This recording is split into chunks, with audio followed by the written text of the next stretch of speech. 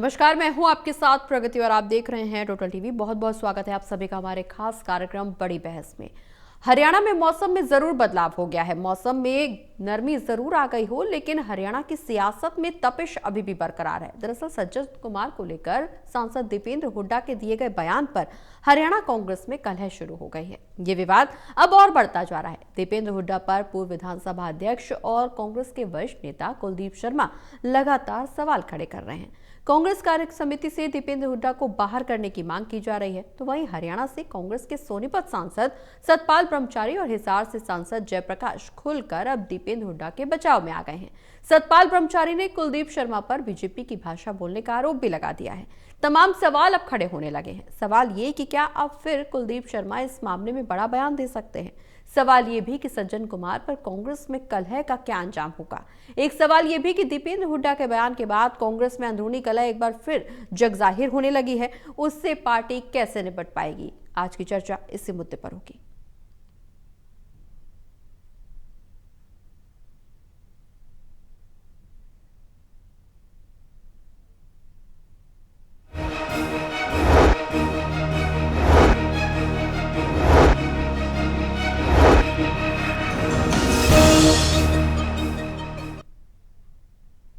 तो हरियाणा में सियासी घमासान लगातार तेज होता हुआ नजर आ रहा है। प्रदेश में सत्ता के लिए संघर्ष कर रही कांग्रेस मजबूत तो हुई है, लेकिन लगता है पार्टी में आपसी कलह और गुटबाजी इसका पीछा नहीं छोड़ रहे। पूर्व स्पीकर कुलदीप शर्मा के कांग्रेस के दिवंगत सांसद और सिख विरोधी दंगों के आरोपी सज्जन कुमार के बारे में सांसद दीपेंद्र हुड्डा के बयान की आलोचना पर हुड्डा समर्थक एक बार फिर एक साथ पलटवार करने के बाद कुलदीप शर्मा ने चंडीगढ़ में प्रेस कॉन्फ्रेंस करके विवाद को और हवा दे दी है। अब पूर्व स्पीकर वर्सेस हुड्डा का मामला गर्मा गया है। हालांकि कुलदीप शर्मा के दोबारा हमले के बाद हुड्डा समर्थक एक बार फिर एक्टिव नजर आ रहे हैं और कुलदीप शर्मा पर चौतरफा हमला शुरू कर चुके हैं, जिसको लेकर के हरियाणा में कांग्रेस की सियासत में एक बार फिर से सियासी उठापटक की तस्वीरें निकल करके सामने आने लगी हैं। तमाम सवाल ऐसे में खड़े होने लगे हैं। सवाल जवाब के सिलसिले की शुरुआत करेंगे। हमारे साथ मेहमान जुड़े हुए हैं, हमारे associate editor Devendra Kathuria ji, associate editor doctor Mahesh Kumar ji और वरिष्ठ पत्रकार वीरेंद्र सोनी जी। आप सभी का बहुत बहुत स्वागत है। सभी के साथ चर्चा की शुरुआत करेंगे, लेकिन उससे पहले रिपोर्ट पर नजर डाल लेते हैं। कभी कभी लगता है कि प्रदेश में कांग्रेस अब सचमुच मजबूत हो रही है। कांग्रेसी भी दावा करने लगे हैं कि अब अगली सरकार कांग्रेस की बनेगी, पर कलह और गुटबाजी कांग्रेस का पीछा नहीं छोड़ रहे।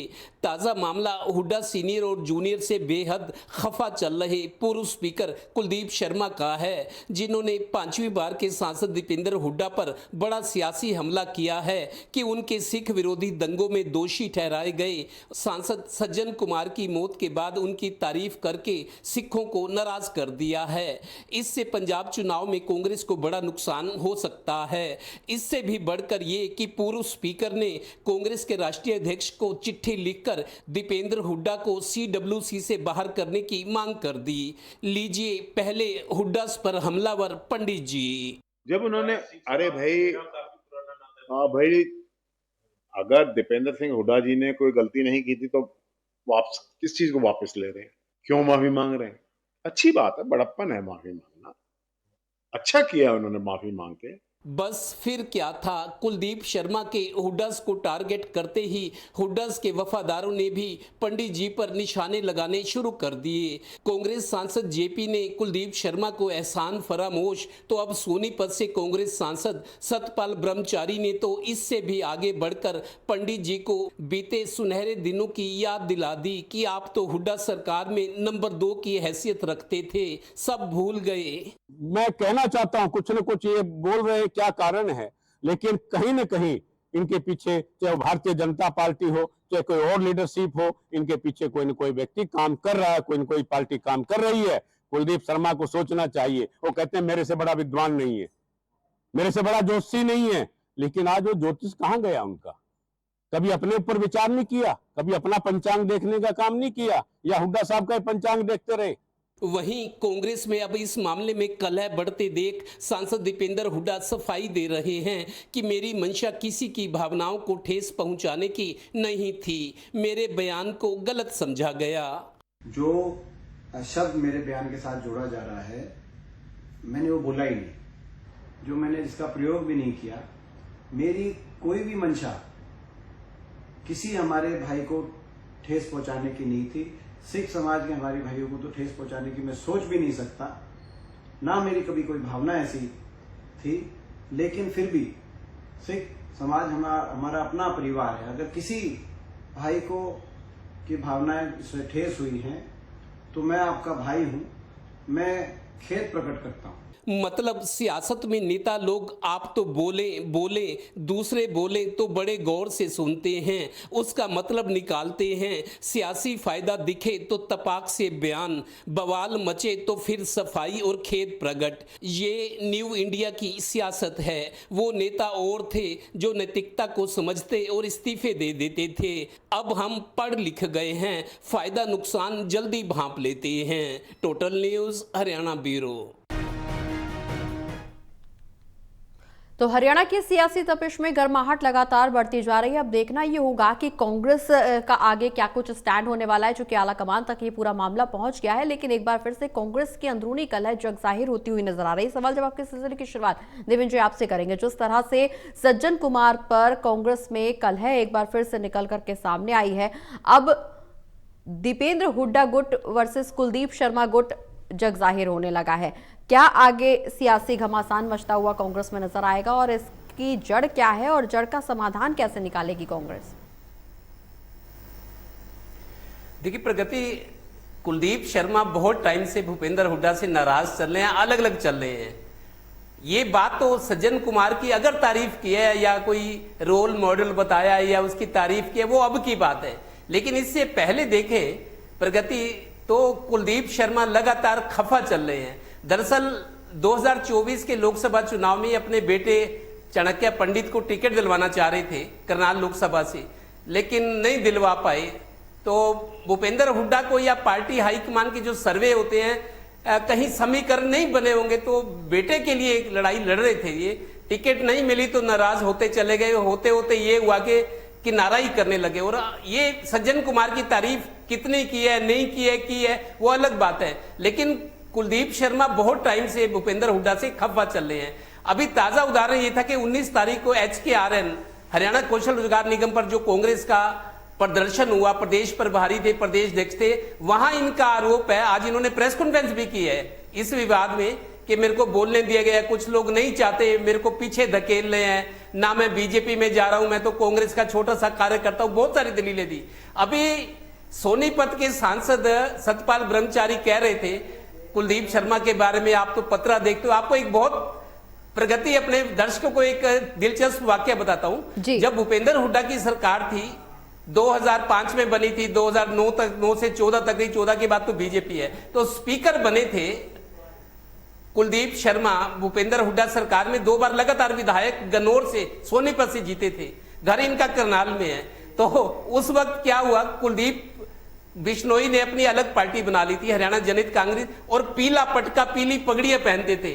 तो भूपेंद्र हुड्डा सरकार में कुलदीप शर्मा जब स्पीकर थे, कुलदीप बिश्नोई के बारे में कहा करते थे, क्योंकि वो पीला पटका पहनते थे, कह रहे कुलदीप बिश्नोई को तो पीलिया हो गया। मैंने इनका पत्रा देख दिया, कुलदीप बिश्नोई कभी हरियाणा में मुख्यमंत्री नहीं बन सकते। इस तरह की टिप्पणियां करते थे।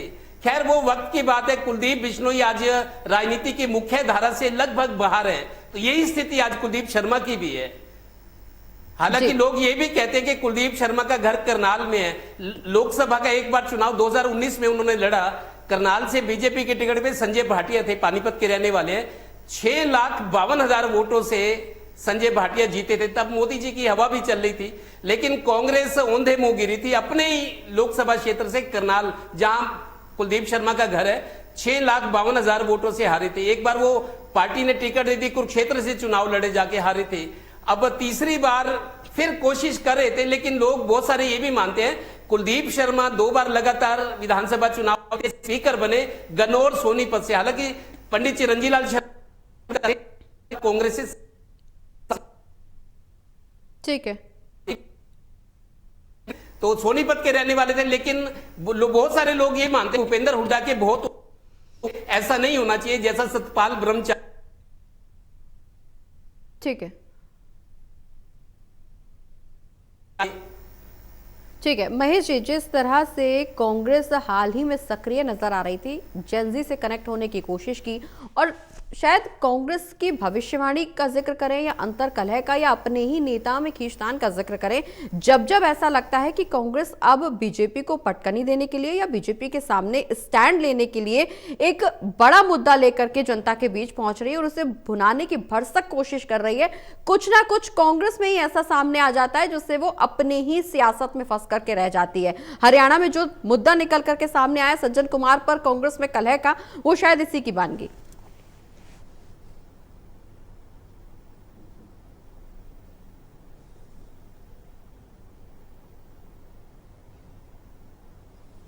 देखिए प्रगति, ये समझिए कि कांग्रेस पार्टी, भारतीय जनता पार्टी तो कांग्रेसियों की और खासकर भूपेंद्र सिंह हुड्डा की उतनी बड़ी दुश्मन है ही नहीं जितनी कांग्रेस पार्टी के अपने लोग हैं। ये मानकर चलिए कि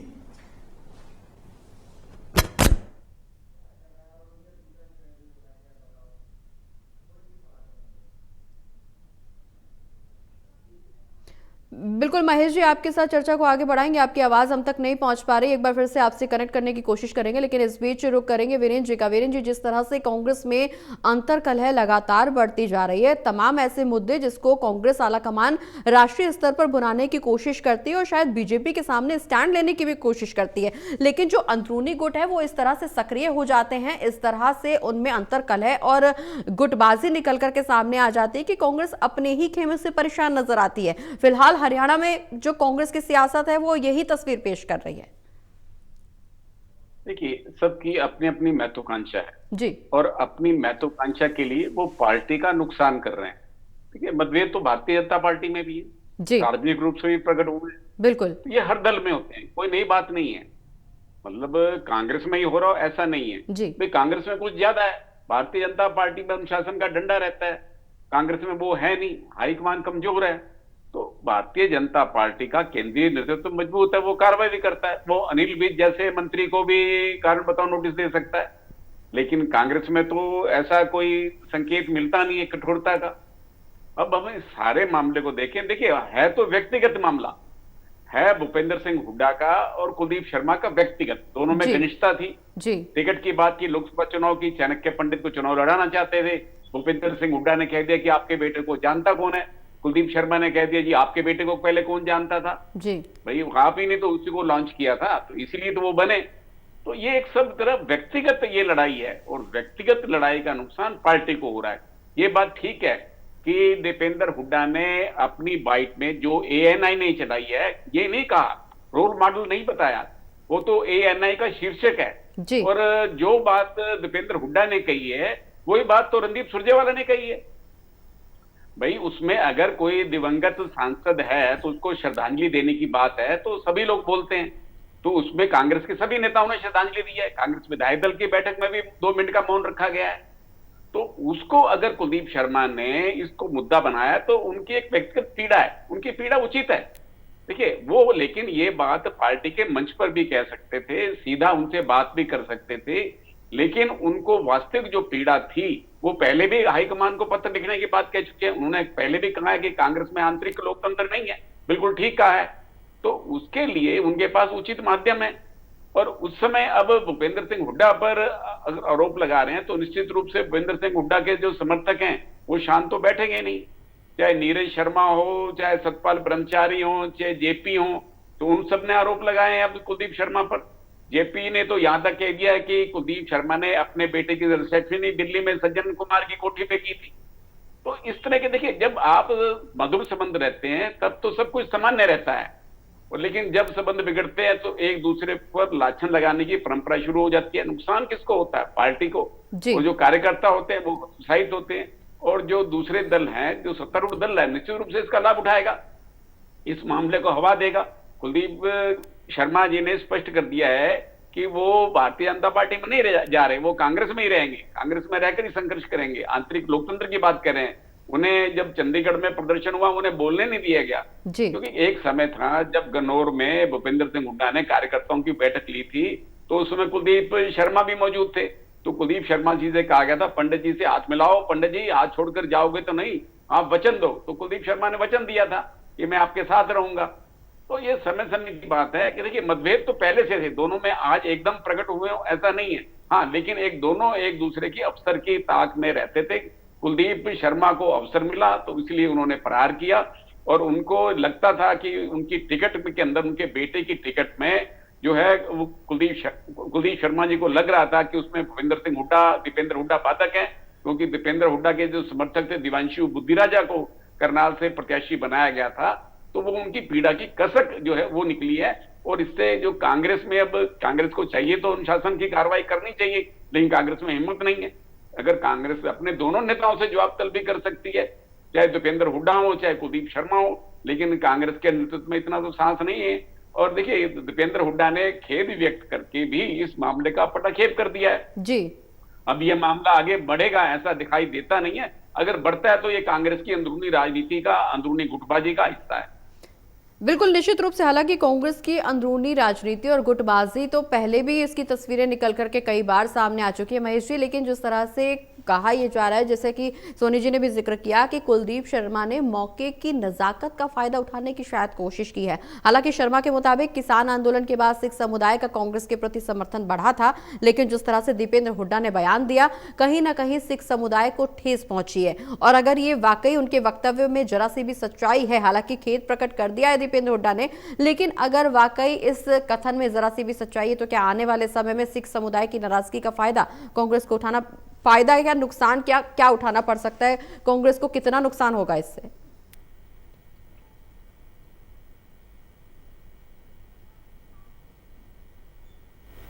देखिए प्रगति, सबसे पहले तो ये समझने की जरूरत है कि इस तरह की बयानबाजी से अगर सबसे बड़ा नुकसान अगर किसी का हो रहा है तो सिर्फ और सिर्फ कांग्रेस पार्टी का हो रहा है। और इस तरह की परिस्थितियों में देखकर ये लगता है कि कांग्रेस पार्टी को किसी दुश्मन की जरूरत नहीं है, किसी भारतीय जनता पार्टी की जरूरत नहीं है। कांग्रेस पार्टी अपनी तबाही खुद ब खुद तय कर लेती है, सेल्फ डिस्ट्रक्शन मोड में नजर आती है। और यही वजह है कि जीती बाजी कांग्रेस पार्टी हार गई। 2024 विधानसभा चुनाव में जीती बाजी मानी जा रही थी कांग्रेस पार्टी के लिए, लेकिन कुमारी शैलजा को ऐसा नाराज किया कि फिर सब कुछ पलटता चला गया। जो अनुसूचित जाति का वोटर लोकसभा चुनाव में कांग्रेस पार्टी की कतारों में खड़ा था, विधानसभा चुनाव आते आते भारतीय जनता पार्टी की कतारों में जा खड़ा हुआ। तो ये मानकर चलिए कि जितने दुश्मन भूपेंद्र सिंह हुड्डा और दीपेंद्र सिंह हुड्डा के कांग्रेस पार्टी हरियाणा में है, उतने दुश्मन तो शायद भारतीय जनता पार्टी में भी नहीं होंगे। जितना विरोध भूपेंद्र सिंह हुड्डा और दीपेंद्र सिंह हुड्डा को हरियाणा कांग्रेस में विद इन कांग्रेस झेलना पड़ता है, उतना विरोध तो शायद हरियाणा में भारतीय जनता पार्टी के नेता भी हुड्डा परिवार का नहीं करते हैं। लेकिन इसके साथ ही ये भी उतना ही बड़ा सच है कि हरियाणा कांग्रेस में भूपेंद्र सिंह हुड्डा से बड़ा मास लीडर कांग्रेस पार्टी के पास, गांधी परिवार के पास हरियाणा में नहीं है। एकमात्र ऐसी शख्सियत जिसकी अपनी सबसे बड़ी लोकप्रियता अगर किसी एक नेता की है, अगर किसी एक चेहरे की है, तो फिर भूपेंद्र सिंह हुड्डा की है। और उसके बाद वो विरासत जो है कैरी फॉरवर्ड कर रहे हैं दीपेंद्र सिंह हुड्डा। तो ये मानकर चलिए कि सबसे बड़ी कमजोरी भी हरियाणा में कांग्रेस पार्टी की भूपेंद्र सिंह हुड्डा और हुड्डा परिवार है, और कांग्रेस पार्टी की सबसे बड़ी ताकत भी हरियाणा प्रदेश में भूपेंद्र सिंह हुड्डा और हुड्डा परिवार है। और यही संकट है जिसका समाधान कांग्रेस पार्टी को नहीं मिल पाता। अब नाम आ रहा है सतपाल ब्रह्मचारी का, नाम आ रहा है जयप्रकाश का। देखिए यही तो वो लोग हैं, लोकसभा चुनाव में सतपाल ब्रह्मचारी को टिकट दिलवाने वाले, चुनाव जितवाने वाले भूपेंद्र सिंह हुड्डा थे और भूपेंद्र सिंह हुड्डा की पूरी टीम थी। तो ये मानकर चलिए कि रिमोट से चलाया जा सकता है। सतपाल ब्रह्मचारी भूपेंद्र सिंह हुड्डा के खिलाफ किसी भी तरह का बयान ना सुन सकते हैं, ना उस पर चुप्पी साध सकते हैं, उन्हें रिएक्शन देना ही था। और यही परिस्थिति यहाँ हिसार से सांसद जयप्रकाश की है। जयप्रकाश उन्हीं लोगों में से हैं जो कोर टीम थी। 72 टिकटें विधानसभा चुनाव में जो भूपेंद्र सिंह हुड्डा गुट ने बांटी थी, उन टिकटों को बंटवाने वाले जयप्रकाश थे, और बहुत बड़ी रणनीति का हिस्सा जयप्रकाश को माना जा सकता है। तो सबसे पहले इन्हें बोलना था, वो बोल रहे हैं, और आगे भी अगर जरूरत पड़ेगी तो हुड्डा समर्थक इसी तरीके से हमले कुलदीप शर्मा पर करते रहेंगे। अब जिक्र मैं कुलदीप शर्मा का भी कर लेता हूं जी। देखिए किसी हद तक मैं इस बयान से सहमत हूं कि ये क्या कांग्रेस पार्टी के भले के लिए कर रहे हैं क्या कुलदीप शर्मा? बहुत बार दो नेता ऐसे हैं जिनका बयान सुनकर कई बार, और खासकर चुनावी मौसम में जब सबसे बड़े इम्तिहान के लिए पार्टी तैयार हो रही होती है, उस वक्त इन दो नेताओं के एक अलग तरीके के बयान सामने आते हैं। एक दक्षिण हरियाणा से कैप्टन अजय यादव, आपको उनके ट्वीट्स याद होंगे विधानसभा चुनाव के वक्त किस तरह के ट्वीट्स वो कर रहे थे, और दूसरे कुलदीप शर्मा ये रह रहकर इस तरह का रिएक्शन देते हैं। आपके हुड्डा से व्यक्तिगत नाराजगी हो सकती है, कभी आप साथ थे, आज आप खिलाफ हैं, आपके बेटे को टिकट नहीं मिली, तो क्या पूरी हरियाणा कांग्रेस को डुबो देंगे? क्या पूरी हरियाणा कांग्रेस को खात्मे की तरफ धकेल देंगे? क्या लोकसभा विधानसभा चुनाव जिसमें थोड़ी सी संभावना कांग्रेस पार्टी के लिए बनती नजर आए, आप अपने बेटे के भले के लिए, उसके भविष्य के लिए पूरी कांग्रेस को तबाह कर देंगे? क्या इस कीमत पर आप अपने बेटे को आगे बढ़ाना चाहते हैं? अगर आपको भारतीय जनता पार्टी में जाना है तो आप चले जाइए, रोका किसने है, लेकिन इस कीमत पर आप कांग्रेस पार्टी में बने रहेंगे कि कांग्रेस पार्टी तबाही की तरफ चली जाए?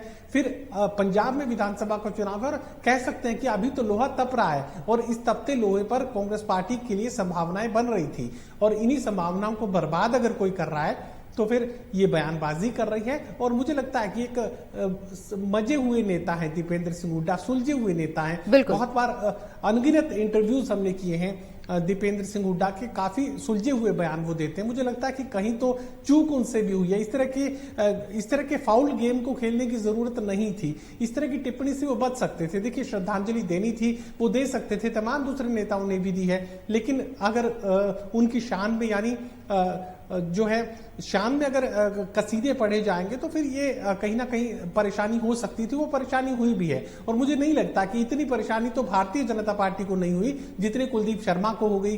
तो ये मानकर चलिए कि तो अंदरूनी घमासान है, चलता रहा है, चलता रहेगा। बिल्कुल, हालांकि ये कितना चलेगा आगे और इससे कांग्रेस को कितना नुकसान पहुंचने वाला है आने वाले समय में, ये भी एक बड़ा सवाल बना हुआ है। लेकिन जिस तरह से सोनी जी, कुलदीप शर्मा कथित तौर पर कांग्रेस के में विभीषण की भूमिका निभा रहे हैं, अंतरकलह जो जाहिर हो रही है, और सतपाल ब्रह्मचारी ने तो साफ तौर पर हमला बोला है कि ये बीजेपी की भाषा बोल रहे हैं। जैसे जैसे कांग्रेस खुद को समेटने के लिए और खड़ा करने के लिए अपने आप को तैयार करती है, एक ना एक नेता ऐसा इनका सामने आ जाता है जो खुद कांग्रेस को ही डुबो देता है। क्या वाकई कांग्रेस को दूसरे दुश्मनों की जरूरत नहीं है? देखिए, कांग्रेस का नुकसान तो अपने लोग ही कर रहे हैं, कांग्रेस को कोई दूसरे दलों से खतरा नहीं है। अब देखिए, कुलदीप शर्मा पहले भी कांग्रेस छोड़ गए थे और उन्होंने लोकसभा का चुनाव भी लड़ा था, उनकी जमानत जब्त हुई थी। भूपेंद्र सिंह हुड्डा उन्हें कांग्रेस में लेकर आए और कांग्रेस का कार्यकारी अध्यक्ष बनाया था भूपेंद्र सिंह हुड्डा ने उनको। और अब देखिए, और उन्होंने भी भजनलाल से लड़ाई ली और भूपेंद्र सिंह हुड्डा का साथ दिया। कुलदीप शर्मा ने भी पूरा साथ दिया भूपेंद्र सिंह हुड्डा को और उनको राजनीतिक मजबूती प्रदान की। मतलब दोनों में संबंध मधुर थे उनके। अब संबंधों में अब किस कारण से, विशेषकर सामान्य रूप से तो यही दिखाई देता है कि उनके कुलदीप शर्मा के बेटे को जो है सार्वजनिक रूप से मान्यता नहीं मिली, इसलिए भूपेंद्र सिंह हुड्डा से उनकी नाराजगी। हालांकि भूपेंद्र सिंह हुड्डा ने स्पष्ट भी किया कि ये इसमें केंद्रीय हाईकमान का ही भूमिका है, उनका कोई भूमिका नहीं है। लेकिन दोनों में संबंध तो कटु हो ही गए थे और अब अपने दोनों के संबंधों के कारण ही पार्टी को नुकसान हो रहा है। और ये पार्टी आगे बढ़ने का जैसा प्रयास करती है, 2 कदम आगे बढ़ती है तो 4 कदम पीछे हो जाती है। ठीक है देवेंद्र जी, कम शब्दों में अपनी बात पूरी कीजिएगा। सज्जन कुमार पर ये जो कांग्रेस में कलह शुरू हुई, आखिर कैसे थमेगी? क्योंकि चुनावी सरगर्मियां तेज हैं और निश्चित रूप से आने वाले समय में कई राज्यों में चुनाव होने हैं। देखिए प्रगति, इस मामले में सज्जन कुमार वाले मामले में जो कलह है, अभी ताजा डेवलपमेंट यह है कि आज झज्जर में प्रदेश अध्यक्ष प्रदेश प्रभारी का संवाद कार्यक्रम था। राव नरेंद्र सिंह ने यह कहा कि इस मामले में जब मीडिया वालों ने रिएक्शन पूछी कि कलह बढ़ गई है, तो राव नरेंद्र सिंह जो प्रदेश अध्यक्ष है उन्होंने ये कहा कि प्रदेश प्रभारी ने बात कर ली है कुलदीप शर्मा से, सब कुछ ठीक रहेगा, ये पार्टी का अंदरूनी मामला है, हम मीडिया में कुछ नहीं बोलेंगे। तो पार्टी के दोनों पदाधिकारी प्रदेश अध्यक्ष ने इस मामले को खत्म करने की मंशा जताई है। ये अभी थोड़ी देर पहले की बात है। तो लगता है कि कांग्रेस में अगर कुलदीप शर्मा से प्रदेश प्रभारी बात कर चुके हैं तो उनको ये कहा होगा कि आप बस करिए, पार्टी का नुकसान हो रहा है। मेरे को लगता है अब ये मामला आज के बाद खत्म हो जाना चाहिए। ठीक है, बातचीत के सिलसिले से इस रास्ते को सुलझाने की कोशिश कांग्रेस और कांग्रेस के तमाम नेता करते हुए नजर आ रहे हैं, लेकिन देखना यही होगा कि इस पूरे मुद्दे को चुनावी लाभ के लिए कैसे सत्ता पक्ष इस्तेमाल करेगा और आगे कांग्रेस की क्या कुछ रणनीति चुनावी समर में देखने को मिलेगी। बहुत बहुत शुक्रिया आप सभी का चर्चा में शामिल होने के लिए। तो आज की बड़ी बहस में फिलहाल इतना, एक छोटे से ब्रेक के लिए रुक रहे हैं, जल्द वापस आ रहे हैं।